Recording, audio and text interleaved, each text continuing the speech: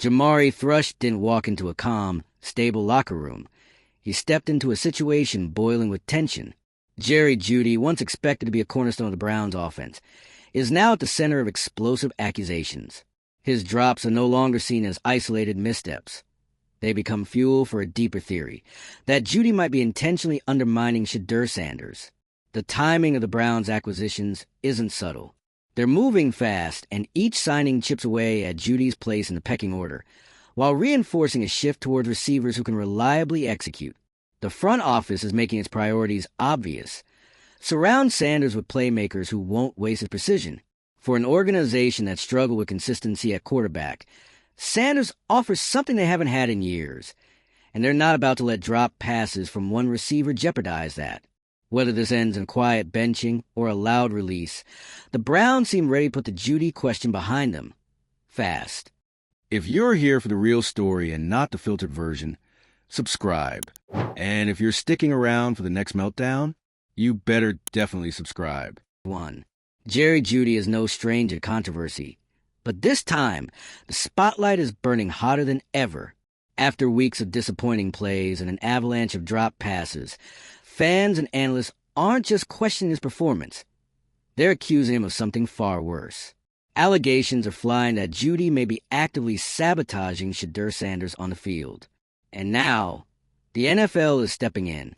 Criticism exploded after several key plays, where Shedeur delivered flawless, on-the-money passes, only to watch them bounce off Jeudy's hands. Not once, not twice, but multiple times. And this wasn't just bad luck.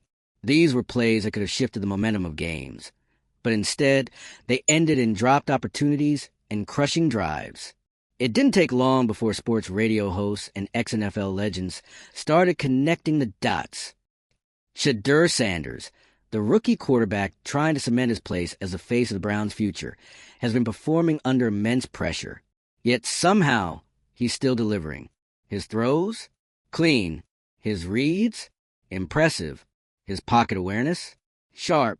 So when those perfect spirals keep hitting the turf instead of receivers' hands, people start asking why, and who's to blame, and all eyes turn to Jeudy. Local media tore into him, calling out his weak, fragile, feminine hands. One retired Hall of Fame defensive back didn't mince words, flat out saying no man with strength will be dropping those passes. The insinuation? Jeudy isn't just underperforming. He's embarrassing the franchise. The narrative spiraled from poor form to potential intent. Speculation mounted that Jeudy's drops weren't just mistakes but a subtle protest, or worse, a deliberate attempt to throw Sanders off his game. Whether it's jealousy, chemistry issues, or outright sabotage, the accusations are making the rounds. And the NFL has taken notice. Jeudy, for his part, hasn't made any public statement addressing the sabotage rumors directly. But when a wide receiver repeatedly fails in high-leverage situations, especially when matched with quarterback praise for precision, it opens the door for speculation. Add in Sanders' success with other receivers, and the contrast becomes glaring. The Browns' coaching staff hasn't officially commented on the drama either, but their actions are speaking louder than press releases. The recent signing of Jamari Thrush sent a clear message. The team is looking for more reliable options, and that message didn't go unnoticed by fans or analysts. Thrush didn't land in Cleveland by accident.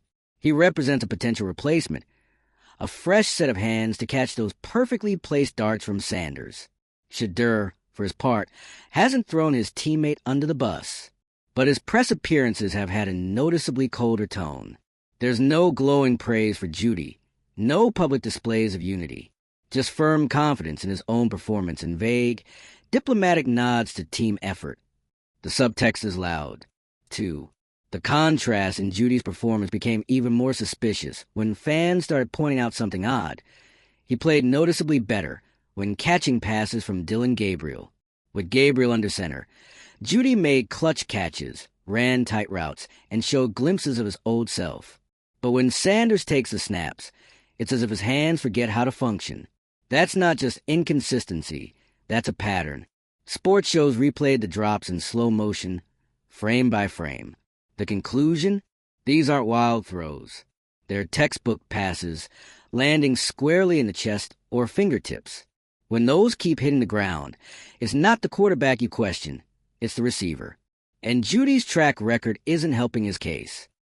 Shedeur has continued to stay locked in despite the noise. While Jeudy struggles, Sanders keeps making his reads, taking hits in the pocket, and delivering passes that should move chains, but instead lead to turnovers or stall drives. And while he hasn't said it out loud, his performance tells a story. He's doing his part. Footage from recent games shows Sanders visibly frustrated after misconnections with Jeudy. No tantrums, no outbursts, but clear, unmistakable disappointment. Body language experts have had a field day. You don't need to be a psychologist to see the cracks forming in their connection. The idea that Jeudy might be intentionally tanking passes to undermine Sanders is wild, but it's gaining traction. A rivalry? A clash of egos? Or something deeper? Whatever the motive, the impact is real. Every drop pass chips away at Sanders' rhythm, his confidence, and the team's momentum. Fans have started turning on Jeudy. Social media lit up with breakdowns, meme clips of drop passes, and even side-by-side comparisons of Jeudy's hands versus other receivers. The verdict from the digital jury? Guilty of. Veteran commentators haven't held back either. Multiple ex-players have gone on record defending Sanders, saying no one is throwing the ball better right now in Cleveland. And if a receiver can't catch a perfect spiral in stride, that's not on the quarterback. One analyst took it further, suggesting the Browns could be holding on to Jeudy as a cautionary tale, to weed out internal dissent and set the tone for future locker room behavior. Harsh? Maybe. But this league doesn't have time for passive sabotage when a franchise QB is on the line. 3. Jeudy supporters argue it's just a slump, that even elite receivers go through bad stretches. But this isn't one or two drops. It's a string of avoidable errors at the worst possible times. And with new talent being brought in, his window to fix it is closing fast. The optics aren't helping either. During games, Jeudy has been caught looking disengaged, slow to huddle, or visibly frustrated. It's the kind of behavior that doesn't just raise eyebrows. It gets players benched, or worse, traded. The Browns clearly aren't sitting still. Signing new receivers isn't just about depth. It's a clear pivot, a sign to the front office, led by Jimmy Haslam, sees where the problems lie. And they're not willing to let internal drama sabotage the development of a franchise quarterback. At this point, the writing's on the wall. Jeudy needs to either show up or get out, because Shedeur Sanders is making throws that deserve to be caught, and the Browns are making moves to ensure they will be. The NFL stepping in only confirms the magnitude of the moment. So what do you think? Are Jeudy's hands really just weak, or is there something deeper going on? If you've got thoughts, theories, or smoke of your own, drop it in the comments. And don't forget to like, share, and subscribe if you're here for the drama, the deep dives, and the dirty laundry. Because this story, it's just game drama. Let's not pretend this is just another typical wide receiver slump. This situation with Jeudy has morphed into something uglier, something the Browns can't afford to ignore. When fans start comparing your hands to decorative napkins and analysts start using the word sabotage, unironically, you've left the realm of bad day and entered what the hell is going on territory. The fact that Shedeur Sanders has stayed quiet during this media wildfire only makes the situation louder. His silence isn't peace, it's pressure. Pressure on Jeudy, pressure on the coaching staff, and pressure on the Browns front office. Because if the guy delivering perfect passes isn't the problem, everyone else becomes a suspect. And right now, all fingers point to Jeudy. Let's rewind. Sanders' performance in key games has been almost clinical. He was making throws that could slice through wind, pressure, and double coverage. The Vikings game, he dropped dimes with defenders in his face. The only thing missing from his stat line were the yards and points that Jeudy was supposed to help rack up. And it's not like the Browns didn't notice. From sideline clips to post-game footage, there's been a visible frustration boiling under the surface. No shouting, no tantrums. But that's not Sanders' style. He's all about the grind. Still, his patience has limits, and with every game, it looks like Jeudy is pushing him further. 2. When reporters finally cornered Jeudy for comment, his response was underwhelming. He brushed off the criticism as noise, said he just needed a lock-in, and claimed the chemistry with Sanders was a work in progress. A work in progress? That might fly if you were two rookies figuring each other out. But Jeudy's been around. He knows what's expected. And when the allegations are this pointed, that you're intentionally undercutting your quarterback, you better come with more than vague platitudes, especially when your performance is already painting you guilty in the court of public opinion. Contrast that with how Sanders has handled the storm. After a rough outing, fueled once again by drop passes, he stood at the podium and took the hits. He praised the effort, took accountability, and stayed professional. But beneath the rehearsed lines, you could feel it. The guy is tired of carrying someone else's weight. And fans noticed. The reaction on forums, sports radio, and highlight breakdowns wasn't subtle. Shedeur deserves better became the rallying cry. Jeudy's name started trending for all the wrong reasons. And even former teammates began liking tweets that hinted at deeper locker room tensions. This isn't just a chemistry issue. It's turning into a culture problem. When one player repeatedly underperforms, shrugs off criticism, and shows no public urgency to fix it, while the team bends over backward to support him, it sends a wrong message, especially to a young quarterback who's clearly putting in the work. Jeudy's drops have started becoming symbolic, not just of failed plays, but of failed trust. Every time a pass slips through his hands, it's like a vote of no confidence in Sanders. Whether intentional or not, it erodes faith. And for a franchise trying to build something real around a rookie QB, that's lethal. Let's talk about the Bengals game. A division rivalry, high stakes, and the kind of matchup that defines seasons. Sanders came out firing. His early throws were crisp, tight windows, perfect placement. And Jeudy dropped 2 crucial third down passes and ran a route so off-script it looked like he was freelancing. Cameras caught Sanders shaking his head, and not in a "I'll get him next time" way. It was the look of someone who's realized the problem isn't the defense. It's wearing the same jersey. When you got a quarterback giving everything and a receiver giving question marks, you've got a problem the scoreboard won't fix. 5. Since then, the Browns have taken quiet but decisive steps. The arrival of Jamari Thrush was just the first domino. More reps in practice have gone to newer, hungrier receivers. Jeudy, once the presumed WR1, has been quietly fading into the rotation. And if you think that's accidental, you haven't been paying attention. The franchise is clearly protecting its investment, Shedeur Sanders. And when one guy is thriving everywhere but the stat sheet, the logical move is to upgrade the people responsible for finishing the job. Translation: catch the damn ball, or pack your... At one point during a recent game, Sanders was seen on the sideline, helmet off, watching as a backup QB took a few reps with the second string. He wasn't injured. He was sitting, thinking, probably wondering how many perfect passes have to get dropped before someone finally fixes the equation. Because for Sanders, the math isn't complicated. He's doing everything right. Learning the playbook, leading the huddle, delivering on the field. But his receivers can't convert, his stats suffer, the team loses, and the narrative shifts from future star to not ready. And that's not fair, especially when the problem is as visible as Jeudy's hands. 6. The NFL's rumored involvement only validates the scope of the problem. Whether it's an official review, internal investigation, or back-channel warnings, the league doesn't get involved over casual drama. They step in when player conduct potentially affects the integrity of the game.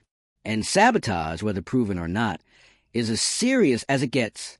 If Jeudy is under review for performance conduct, even informally, it changes everything. Suddenly, this isn't just a team decision. It's a league optics issue.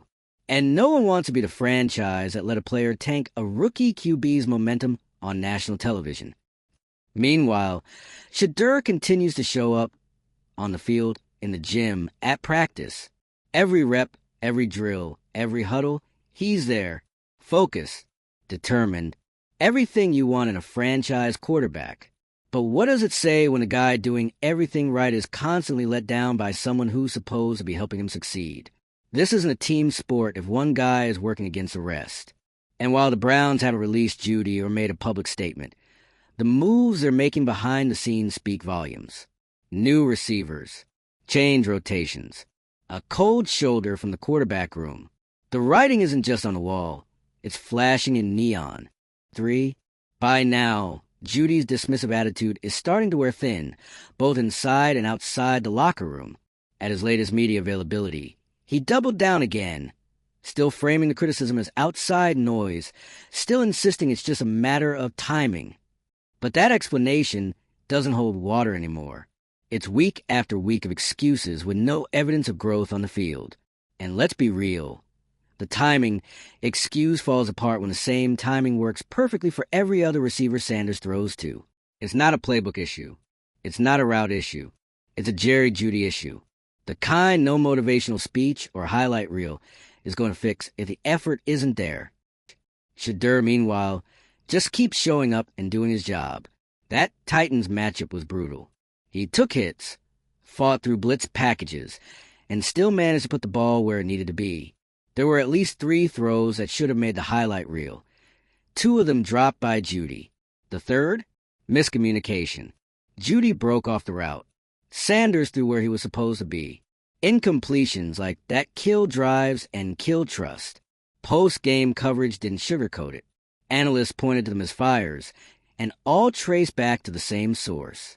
Sanders is balling, but the hands that are supposed to catch those passes just keep folding like lawn chairs in a thunderstorm. 7. The numbers don't lie either. Jeudy's catch percentage has dipped to a career low, and it's not for lack of opportunity. Sanders is targeting him. The trust was there, but drop after drop after drop, that trust is shattered. And when that happens, it's not just your stat line that suffers. It's your entire standing within the team. And this isn't just about missed plays anymore. It's about intent. Everyone's seen the plays where Jeudy just doesn't reach for a ball or looks like he's jogging through a route. That's what sparked the sabotage conversation to begin with, because effort isn't just measurable, it's visible. Sanders hasn't directly addressed the controversy, but there have been moments, subtle comment and pressers about staying locked in even when others aren't. Comments like, you can't control who catches it, only who you throw it to. It's clear. He knows what's happening. He just won't be the one to break it publicly. That restraint is telling. A lesser quarterback might point fingers, demand changes, or throw a tantrum. But Shedeur has played it smart, letting his game and the tape speak for itself. And based on a reaction from fans, teammates, and analysts, they're hearing it loud and clear. 8. Even Jeudy's body language is becoming a meme. Standing off to the side during team huddles, avoiding eye contact with Sanders, failing to celebrate successful plays. It doesn't look like a teammate who's trying to win. It looks like someone who's checked out, or worse, play his own game. And that's the core of this entire situation. It's not just drops. It's the appearance that Jeudy doesn't care. Or if he does care, it's not about helping Sanders succeed. That's where the sabotage narrative gains legs. Not because anyone saw him intentionally throw a game, but because his energy on the field keeps raising questions. Even in games where Jeudy was barely involved, the absence was deafening. Against the 49ers, Sanders lit it up, spreading the ball around, hitting tight windows, and putting Cleveland in a position to win. The common denominator? Minimal targets to Jeudy. And surprise, things looked smoother. Receivers caught the ball.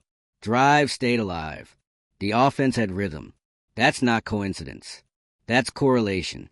The less Jeudy is involved, the more efficient the offense becomes. And at this point, it's not just fans who are saying it. It's former players, coaches, and analysts who've been around long enough to know what dysfunction looks like from the inside. 9. Jeudy still gets reps, sure, but they're shrinking. Slowly. Strategically. A few snaps here, a few there. And each time he hits the field, all eyes are on him. Not to make a play, but to see if he'll screw it up again. That's the kind of pressure that breaks guys. But so far, it hasn't triggered a bounce back. If anything, the performance is getting worse. And the real kicker? No signs of effort to fix it. No long nights after practice with the jugs machine. No reports of extra sessions with Sanders. Nothing. Just cold drops and colder optics. If that's not sabotage, it's certainly indifference. And in this league, that's just as deadly. 2. On the flip side, Sanders keeps delivering. Week after week, highlight after highlight, the kid just does not quit. He's moving like a veteran already, commanding the huddle, adjusting protection, dissecting defenses. But he needs someone he can trust to finish the job. And right now, Jeudy isn't it. The NFL isn't stupid. They see the talent. They see the tape. And when a player keeps dropping perfect passes from a promising quarterback, it triggers red flags. No one wants to say sabotage outright, but enough people are hinting at it, and that says everything. 10. Now, let's be clear. If the Browns believed Jeudy could turn around, they wouldn't be lining up new receivers. But they are. The front office has brought in new talent, shifted depth charts, and made it clear that Sanders is a priority, not Jeudy. And with the amount of resources being redirected toward improving the WR room, his time may already be up. There's a ticking clock now. The next drop could be his last. The next lazy route. The final straw. Because in a league this competitive, there's no room for maybes, especially not when you're affecting performance of a quarterback with franchise potential. That Raiders game may have been the final test. One more shot to see if Jeudy could deliver. Sanders came out swinging again, precise, calm, confident. Jeudy missed another wide-open third-down slant. Same story, different Sunday, and after that drop, he barely saw the field again. The message couldn't be clearer. And that's where we are now. A wide receiver once expected to be a major asset has become a liability. A quarterback with everything to prove is being held back by someone who's supposed to help him shine. The Browns know it. The fans know it. The league knows it. So now the question isn't if Jerry Jeudy is getting phased out. It's when the Browns aren't waiting around for some miraculous comeback. They're moving. They're adjusting. They're signaling loud and clear that Shedeur Sanders is the future, and dead weight, it's getting cut loose. Jeudy could have been the guy. He had the route running, the athleticism, the opportunity. But somewhere along the way, whether it was ego, disinterest, or flat-out sabotage, he became the story for all the wrong reasons. And when the league starts whispering about your effort, when fans start demanding you get benched, and when the quarterback stops looking your way, that story usually ends with a transaction. So here's the real takeaway. Sanders isn't just fighting to win games. He's fighting to survive a system that still protects veterans who don't produce. He's making perfect throws. He's doing everything right. And if the NFL wants to protect its next generation of stars, it starts by holding guys like Jeudy accountable. If you're still with us, hit that like button, drop your thoughts in the comments, because we know you've got opinions. And don't forget to subscribe for more deep dives, real talk, and the stories that shake up the league. This saga isn't over, but Jeudy's time in Cleveland might be.